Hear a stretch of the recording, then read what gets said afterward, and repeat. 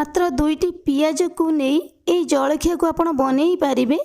केतेबेले जदि चटपटा जलखिया खाइबा इच्छा हेउछि किंबा संध्या समय रे किछि जलखिया खाइबा इच्छा हेउथिले ताले एमिति बनांतु ब्रेड पियाज पकुड़ी कम समय रे तैयारी हबो आउ खाइबा एते टेस्टी लागिबो कि छुआ माने फास्ट फूड खाइबा भूली जिवे। तेणु भिडियोटी की संपूर्ण देखंतु। आशा करी आजिर रेसिपी आपण मानकु पसंद आसीबो। जति पसंद आसीबो ताहले चैनल को लाइक करिवे, शेयर करिवे और चैनल ले नुआ थिले सब्सक्राइब करिबा पई जम्मा भी भूलिबेनी। नमस्कार, मामा किचन ओडिया को आपण मानकु अनेक अनेक स्वागत। एई चटपटा ब्रेड पियाज पकुड़ी पई प्रथमे हमकु पियाज दरकार। एटी मु दुईटी पियाज नेइछि तो आपण माने केतिकी पकुड़ी बनेइबे तो सही अनुसार पियाज को कम बेसी करके नेइ पारिबे। एई पियाज को मैं एकदम पतला पतला करके काटी नहीं जिबा। तो एई भली भाबरे आमे सब पियाज को काटिकी रेडी कर नहीं जिबा। एई पियाज को आमे हाथ रे टिके प्रेस कर नहीं जिबा। सब पियाज हमरा एकदम पाखुड़ा पाखुड़ा हेकी लेयरिंग हे जिवो। सेथिरे आमे देई दबा गोटे चामच लूण, आधा चामच हलदी गुंड, आधा चामच जीरा गुंड, आधा चामच धनिया गुंड, आधा चामच गरम मसला, आधा चामच काश्मीरी लंका गुंड, 8 ରୁ 10 पाखुड़ा रसुण को आम छोटिया छोटिया करके काटिकी देई दबा। तो आपण माने चाहिले रसुण को मध्य छेचिकी देई परिबे। दुईटी कंचा लंका को आम छोटिया छोटिया करी काटिकी देई दबा। तो राग आपण माने केतिकी खाइबे पकुड़ी रे सेही अनुसार कंचा लंका को काटिकी देबे। अल्प किछि कटा धनिया पत्र यही सब मसला मसली के आम पियाज रे भल भाव टिके गोळेई नहीं जिबा। एमिति चामच रे गोळेई पारिबे, नल नहीं आपण माने हाथ रे मध्य गोळेई पारिबे जेमिति आपण मानको सुविधा हबो। सेथिरे आमे देई दबा आधा चामच चाट मसला। चटपटा लागिबो पकुड़ी खाइबा पे बहुत बढ़िया लागिबो। गोटे बड़ चामच बेसन, गोटे बड़ चामच चाउल गुंड। चाउल गुंड बदल रे आपण माने कॉर्नफ्लोर मध्य देई पारिबे काहेकि ना पकुड़ी हमर एकदम क्रिस्पी बनिबो। याको आमे भल भाव टिके गोळेई नहीं जिबा। तापरे आमे देई दबा 2 ରୁ 3 बड़ चामच पानी। अधिक पानी आमे दबानी।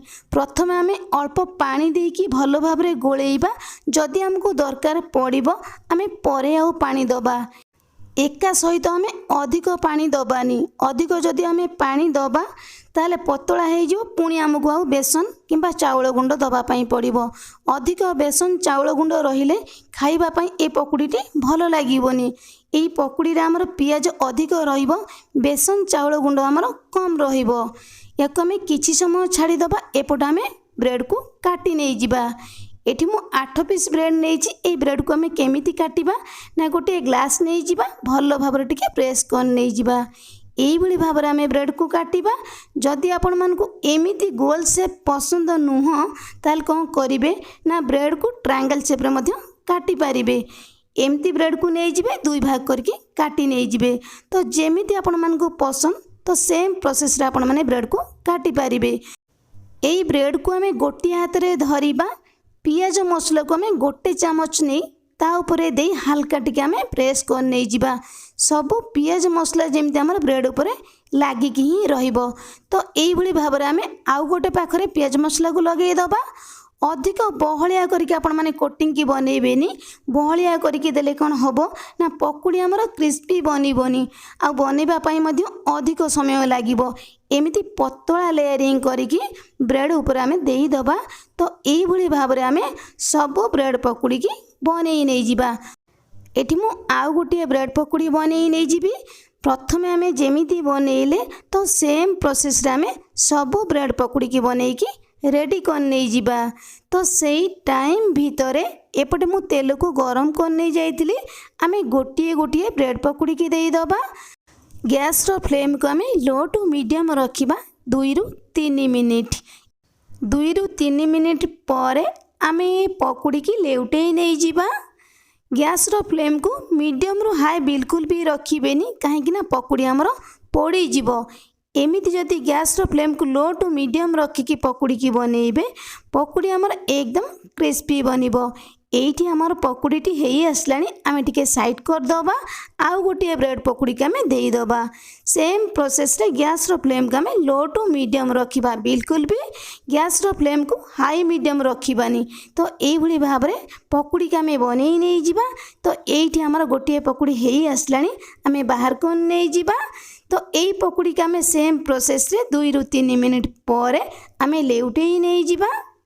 सेम प्रोसेस रे आमे आउ 2ରୁ 3 मिनिट छाड़िबा। आउ गोटे पट साइड पकुड़ी आमर भल भाव हेई जीवो। एटी कड़े टिके छोट थिला बोली मु गोटिए गोटिए पकुड़ी की बनै नहीं गली।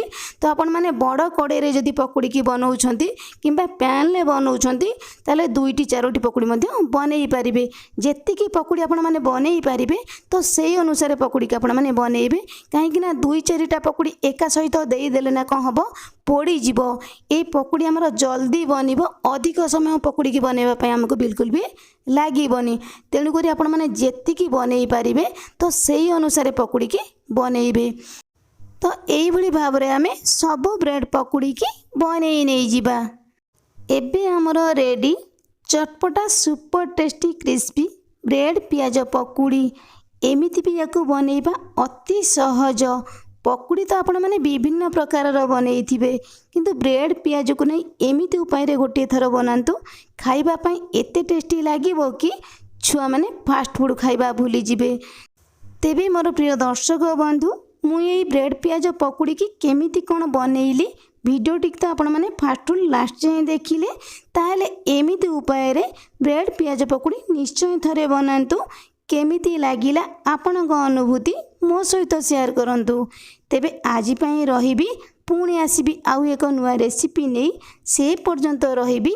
नमस्कार। जय जगन्नाथ।